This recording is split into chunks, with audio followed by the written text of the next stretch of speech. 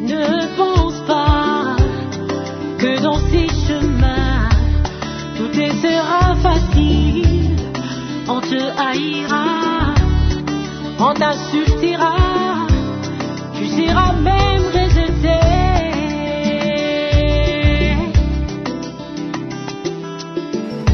Lui-même notre sauveur, il est passé par là. Les hommes m'ont craché sur lui, les hommes l'ont même insulté. Il ne s'est pas arrêté, il a dit que ta volonté soit faite.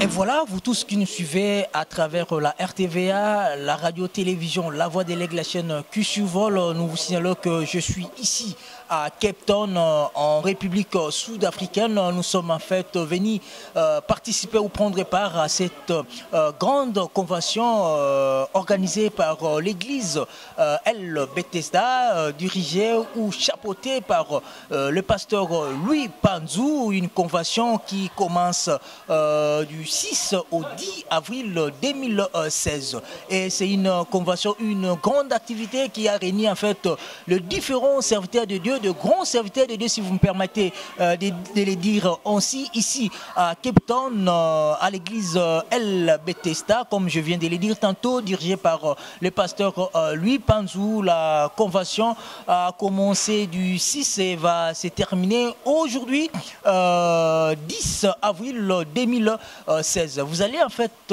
suivre les interventions. Jacques Mbouyi de El Shalom à Johannesburg. Le pasteur Bélès va aussi intervenir dans cet entretien, puisqu'il faut signaler que beaucoup de serviteurs sont venus en fait soutenir l'œuvre de Dieu. Nous sommes là avec vous et surtout ne zappez pas, puisque vous aurez à suivre leurs interventions dans cet entretien.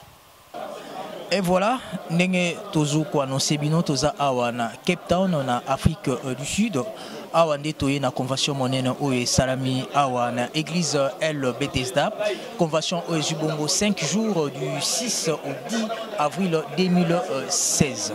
Et voilà, bah, serviteur de Dieu Belé Baouti na Bamboka Bike pour soutenir l'œuvre de Dieu au Zabongo Convention Awa na Cape Town. Alors parmi les serviteurs de Dieu, de grands, si vous me permettez de le dire, Azapé na côté nanga, Otobengi, pasteur Gérard Belessi, Outi Bongo Cape, Outi Bongo Dirban, ville pe musika mais a on a Katia Afrique Sud pour soutenir l'œuvre. Azapé parmi les serviteurs de Dieu, tous les prédicateurs, ou va intervenir dans la convention au Salami a on a Cape Town. Pasteur Belessi Mbote. Pasteur Belessi Outi Bongo Dirban, a on a Afrique Sud pour na Cape Town. Pour participer à la convention au Salami na moko ya collègue nayo pasteur Panzou. Motivation to esengona ya kozala awezani esengona pour la monnaie que simbi na sepeli penza que esali malamu pe tumna moni penza que bomoko ango e songi parce que ezate loko ya bomoko zonga kate mbala moko autant de bunda la famille to go bunda ya plutôt quand même ennemi grand frère na petit frère et tant to go zongana au moins dans son pardon des normal donc c'est pas penser que to comme penser bien trop bon si on a comprendre réponse na yo c'est-à-dire convention oyo et indépendant ko 500 bokabwani to bakanda ko yima mezala ki na mitema ba c'est-à-dire à tout le BT mais ezalaki mais to ko balelo yo to ko pesa mbote pamba mbote bon nous amala mato solidité mais tu pesa mbote c'est que bien donc c'est quelque chose de bon ils ont déjà. Mais et où est la cause entre vous les serviteurs de Dieu, surtout dans le message, que le message est la vérité, beaucoup de contradictions, beaucoup de koinana, beaucoup de fingana, par rapport à l'église dénominationnelle, tout le monde a basé au bunga. Bon, na koyoka te côté ya, na retenir le kamomoko. Mutumo a lobby qu'il faut pour un pasteur. Soyez quand le sambo pour un pasteur.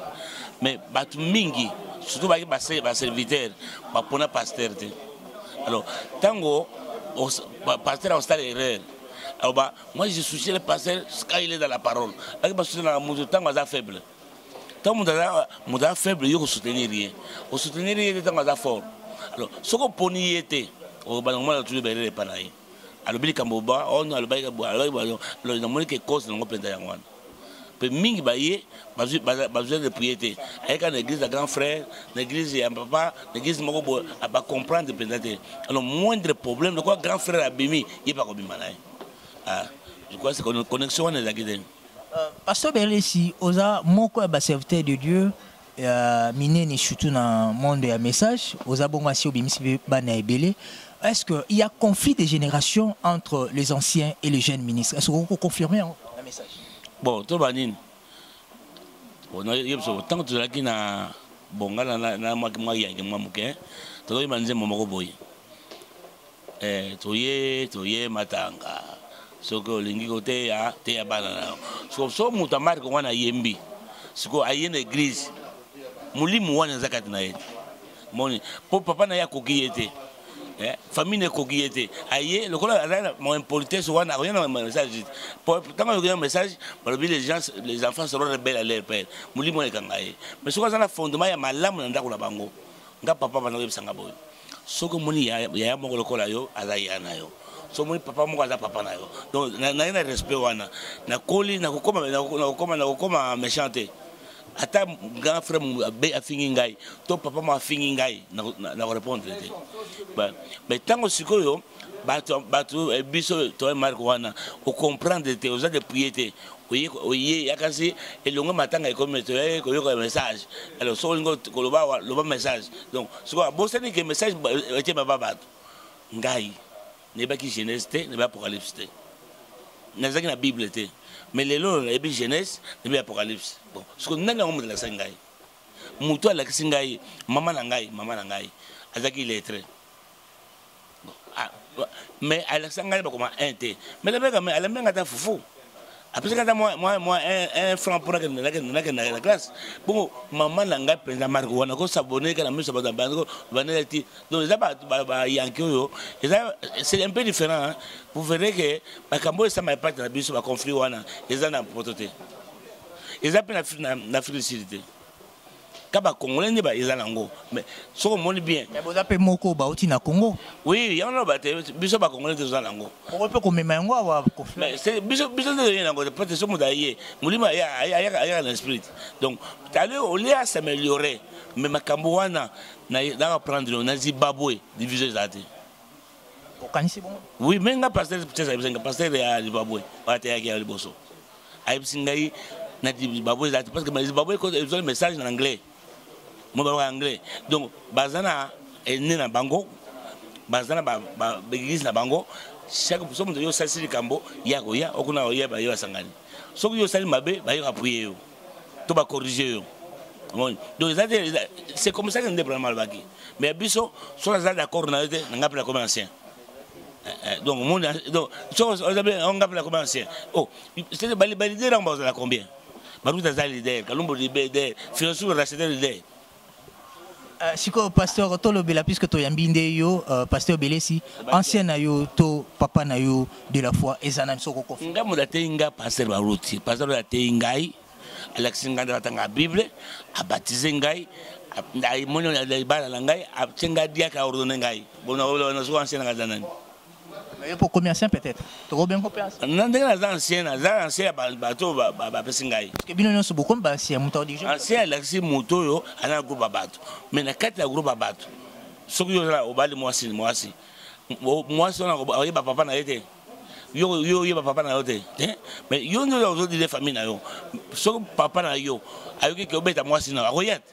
Akoyo ba yo ne so comme nous ça là bo. Yo obéta moi na bo. Quand ako ngelo ata kuzo moko kanga muno kona yo obosani tu vois nga passer ba ko corriger ngai apesa ngai ta finga ngai te alba makamla ngai même en public non ça le pas dans moi. Est-ce que ça la kango to boza bonne relation pina nga so azalea wa passer ko ben ngai ta deux fois ta une fois to la ko ben ngai ta trois fois quatre fois moni parce que na ela relation bana papa nanga zalaki papa nanga ya musuni azalaki so sali 2 semaines na moni ngate ayiko ayanda moni ne président pasteur bien tout ça loin mais ne ko ba nebi boni pasteur oza malam un jour tu vois donc tout ça en bon terme vraiment. Pasteur Belesi, convention Ezaki Bongo na thème restons dans l'onction de l'heure. aux amoko et intervenant à la convention Oyo, le lingue comprendre thème aux exploités dans la convention. Bon, pour l'anglais, tu as la tanga, tu as la ngaba pesa ngai, mais l'accès qui boy. Que onction de la ngole le air, ils ont onction, y est cicaté, ils ont kala. Alors, ce que la si onction na tango yake pa bato, abengo onction de l'air, ils ont la ka ndengenini. Bato la bazaki ndengenini. Bah, se comporter quand nini et le nini ils ont différencié bango na nini bon pour la lobby acte chapitre 2 je crois 12 donc 22 à lobby Jésus de Nazareth que vous connaissez qui enseignait ici et que Dieu a confirmé par bon ce que vous avez en onction vous avez la parole vous avez la confirmation parole one et confirmation parole one les actes que non bah le lobby amen non confirmation parole les alaka n'tamba appuyer yo la bassine des miracles. Donc, on a la mécanique, on appelle la dynamique. Il y a une onction de l'air. Pour les acquis déjà. Mais les prédicateurs ont soupé l'équipe qui a aligné balobino dans prière à malade. Ils ont vraiment été onction de l'air où ils ont exploité la thème. Mais balobi, voici les miracles qui accompagnent ce qu'ils ont écrit. Tout le monde écrit du loin. Parce que ceux qui ont athées, c'est comme ça qu'on voici les miracles qui accompagnent ce qu'ils ont écrit. C'est Marc 16, non? Ce que Marc 16 voit tout le monde. Si vous êtes croyant, tout croyant a bon de malade. Mais si vous êtes tout croyant, mais règle dans la sincérité. Mais Bible, Bible, que voici les miracles qui accompagneront ceux qui auront cru. Tout le monde la Bible, tout le monde le croit. Ce que vous dites, au besoin de bagarre, Nzambe, ça qui n'a pas de parole, c'est parole. Parole, bon, parole, on est la parole. Lobby, Marc 16. Voici les miracles qui accompagneront ceux qui auront cru. La parole de. Paroles que je te les donne, voilà des paroles. Pasteur Belé, si Tomoni Boyambani, serviteur de Dieu, Pesani Bambote, Seki, onction Zalaki total na kati ya salle, est-ce que ça pour la complaisance, to Oyambana Nabino, il a accepté qui m'était Manabino Fongwami, Ndenge, convention, Oyo, bit, na Wizalek. Ou lobby que tu yambana qui a politique est allié. Mengana yambangai. Yambi tout pour comprendre que d'accord tirer mon ingala ngai naza soda nako tirer so commandant le but tirer nako tirer pe mon ingala ngai tout ça la kamoko to tirer ennemi plutôt zo ki masumu wana to chango na océan nana omuta ke akko pesa ngo kuna yo yango alors trop bien les baya kuna awa ko pêcher awa te lobby les loba yo ko pêcher kuna la pêcher kuna. Donc, le monde qui a besoin de complaisance des athées. Ata moi, c'est dans mon bail, ata bande de quoi soit naka. Tant que yamba, to yambani. Kozonga la carte commune, na madame, mais après bobosani, comme nous embrasser. C'est bien. Après beaucoup le balapé. Papa na maman na mon allait parfois balobanaté. 2 jours, 3 jours après mon kaka, papa na messa zolia. Donc mon qui a malembe, mais c'est un pas qui se fait déjà. Ngana yambi bonne parce que le ngana yambi ngai na mutema na ngai mobimba ponga hypocrite na yambi na mutema na ngai mobimba. Merci pasteur. Merci beaucoup nzaba pambla bino na kasi que balasi maboya dit bien. Merci. Kuna la finale. Et voilà, dès que tu as toza awa na Cape Town esika puis convention monene ou salami na titre il y a restons dans l'onction de l'heure toza pe na moko ba prédicateur oyo a participé pe na convention oyo na kombo ya pasteur Jacques Mbouyi oyo a intervenaki na convention alors hier a outibongo na El Shalom na Johannesburg pasteur Mbote. Bonjour mon frère. Ouais, tout le monde est déjà actif dans la convention, aux équipes participants, restons dans l'onction de l'heure. Vous comprenez que nous l'ingénions. Restons dans l'onction de l'heure. Nazar d'abord remercier Pasteur Louis Panzou parce qu'il a une inspiration divine. Ce n'était pas Moutou à Yebisaki, mais en Zambéné Moutou à Tchakir Nakatinaye parce que et c'est un zongi sa biloko belé sur les rails. Alors, tout le monde que message et comment il coopère des valeurs parce que les gens se tiennent plus compte et à côté la oyo parole de Dieu lobby. Oyo azana oyo azana oyo azana oyo. Dans message ba toi c'est ba ebanité. Oyo azana nzamba ebanité. Donc mutuno se dit prédicateur au pasteur. Et puis, communion, ils ont brisé. Mouta le a prédicateur, a brisé communion. Alors, Yangwana, bit, on a c'est que nous avons compris. Ils allaient battre surtout zonga na katia communion, to zonga na message de l'air, to soutenir le message de l'air. C'est ce que j'ai compris parce qu'il y a l'onction où il y a un message, il y a l'onction où il y a là qui et pas il y a frère Branham. Et frère Branham a un modèle na message. Ce qui les loyaux aux autres un message, il faut évacuer les messages et les messagers sont un. La vie des frères Branham, tout ce qu'il est prêché. Alors c'est là nous devons refléter cela. C'est ça l'onction de l'air, revenir dans la chose où ils ont dit principale. Et puis nous avons ça qui n'a frère Branham. Tant que Branham a été na souka nango, nous avons confirmé parole. Onction ezali kaka parole te. Onction ezaka kotanga te pour ba Pentecôte oza na Bible batanga kango. Ba biso pe baza ba boucher frère Branham batanga kango. Mais tout ça na posé ya onction ezala qui est pas ya frère Branham. Ezala une réalité na kati na biso. Ndenge ezala qui y a pas Moïse et il y a pas Josué. Ezala qui y a pas Élie et il y a pas Élisée. Ezala qui y a pas Jésus et il y a pas ba disciples. Le lot frère Branham azali wa c'est notre Moïse. Alors ceux qui ont chose avec kati ya frère Branham oyo nzamba seki na kati na ye ezongi na église te, c'est-à-dire to perdre et loko ya mutu ya nzamba singla ki biso. Voilà. Pasteur Panzou a zalaki inspiré avec le thème bien choisi à Sangi Bino Nyonso, ba prédicateur ya Afrique du Sud puis à monde entier au Baye. Mais est-ce que vous, les serviteurs de Dieu, les prédicateurs, essayez de utiliser cher comme champ de bataille ou champ de tir n'armée babengaka pour oyoate ou à l'ongoli à betiboy? Est-ce que c'est ça mon lengana puisque organisateur azalaki na objectif? Non papa, on est allégé d'enfance. Les allégés à voir de moi na soko beti muninga na zongisi. Et sengeli to comme na maturité à liloba nzambe. La chair, ce n'est pas un endroit pour régler ma compte. Ou bien vous avez un problème avec un ancien, ou bien avec un évêque. Le coup là, yo longo za sunayete, au comme qu'on est partout na mabanga, au banda ko bamba mabanga. Cher batangi mutute. Oui, bon, kotanga mutute za malamu. Bana na nzambe ba vandi wana, baza ba ignorate. Ba yebi ke tango zolo ba bozolo ba pour telle personne, ozo ba pour telle personne. Ça cadre na parole de Dieu, est-ce que ça n'a inconvénient? Na lobi et loko eza ko édifier, eza kala ba point d'interrogation te. Faut bana mater message simple. Et puis Saint-Esprit na kati ya message wana nde édifier biso. Ce qui yo oye avec les tensions ya ko bundi sabato ou bien parler contre les gens. Bon, kolobaki ancien azate. Yo uti wapi? Ozangi papa, ozangi mama, c'est koza mille. Milende ayebi papa na été, ayebi mama na été. Ozamona, mais et puis ko reproduire te. Mais Anne azana papa azana mama il peut se reproduire. Et chaque sika ya ko bundate. Chaque sika ya ko édifier. Et si que Saint-Esprit ali ko kita pour bana na nzambe bazo solution ba pambolama. Et ça ici qu'il y a règlement de comptes été. Au lobby beaucoup na zaki telle place ba pesinga sika tende na ko ya boye na ko ya ko kata mutu ya Jean-Baptiste. Mais ato kati mutu ya Jean-Baptiste. Jean-Baptiste ya permis. Mais message de Jean-Baptiste est kokufate. C'est ça mon frère.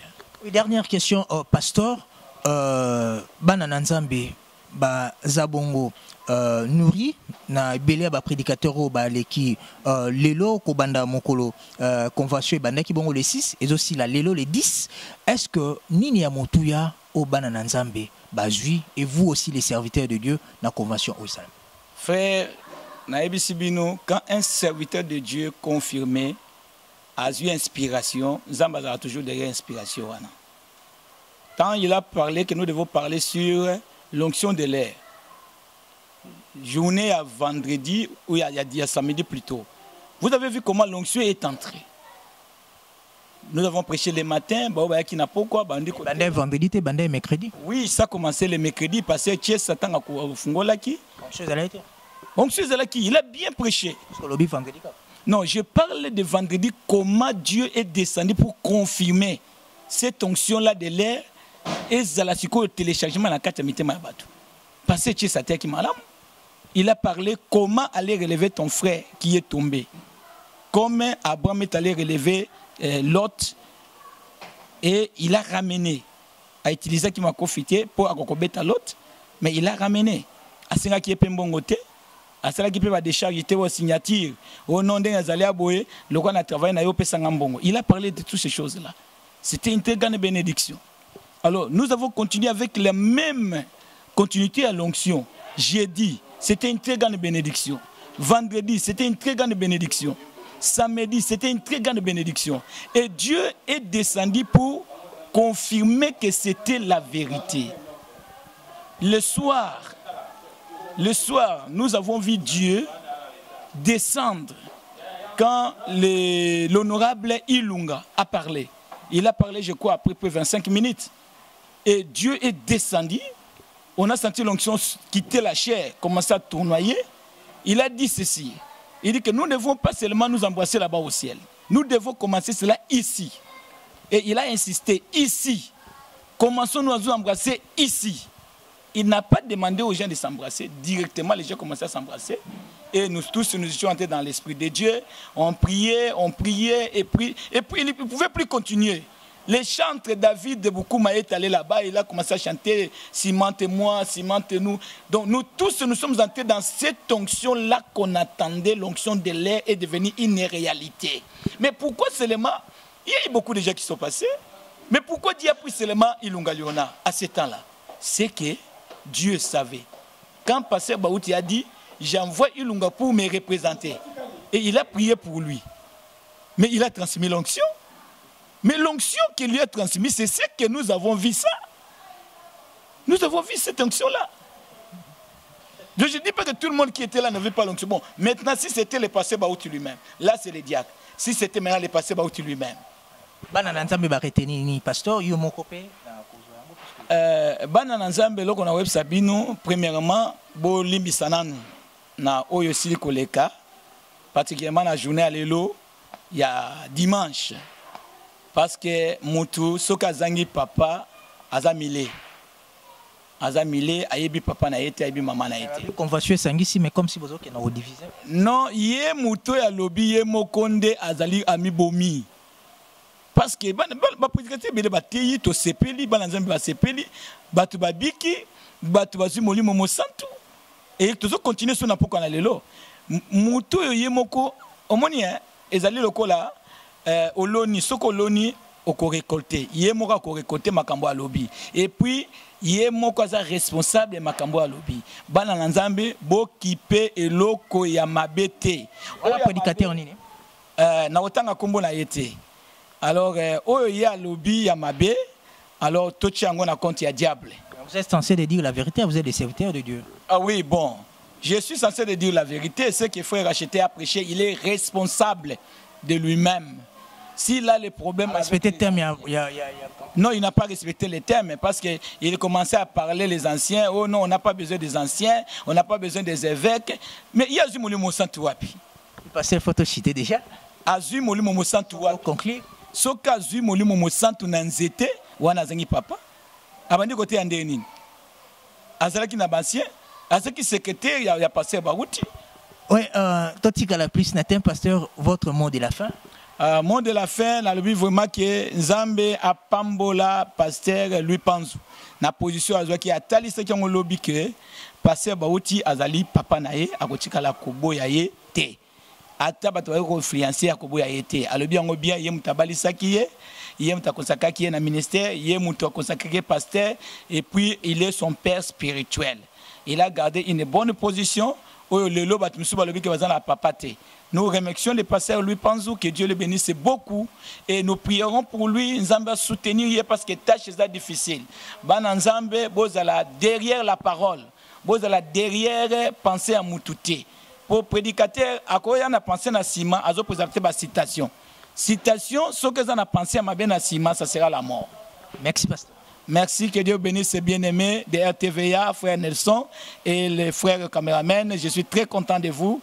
Vraiment, Moussa Labino et Kende Diboso, Boumela, Pasteur Panzou Oumela, Pasteur Baouti Oumela, Basale Nzambe Nyonso, Oyoyo, Bazo soutenir le Banzambe, Toumela. Shalom. Et voilà, je pense que vous avez suivi l'intervention ou les interventions de Sœur Viter de Dieu. Le propos n'engage que les auteurs, je pense ils ont parlé. Tout ce qu'ils ont à dire, je pense que vous avez suivi dans cet entretien. Je ne clôturerai jamais cet entretien, ça pour autant passer à mon réalisateur, l'ancien réalisateur, il restera toujours Albert Titola qui a réalisé en fait cet entretien et il a tenu la caméra pour en fait prendre les images de cet entretien. Quant à moi, je vous dis déjà au revoir et restez branchés sur le programme de la RTVA. Ne pense pas que dans ces chemins tout sera facile. On te haïra, on t'insultera, tu seras même